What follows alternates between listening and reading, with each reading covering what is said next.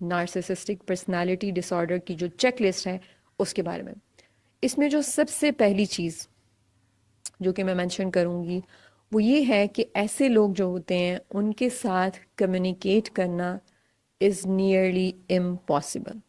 ٹھیک ہے، ہم ویسے تو بات کرتے ہیں نارمل، لیکن اگر آپ کو ان سے کوئی مسئلہ ہے، اگر آپ کی آپس میں کسی چیز کو لے کے کانفلکٹ ہے، اگر کوئی چیز جو ہے وہ آپ کے لیے مسلسل ایک ہیڈک بنی ہوئی ہے اور وہ ان سے ریلیٹڈ ہے، تو آپ ان کے ساتھ اس چیز کے بارے میں کمیونیکیٹ نہیں کر سکتے.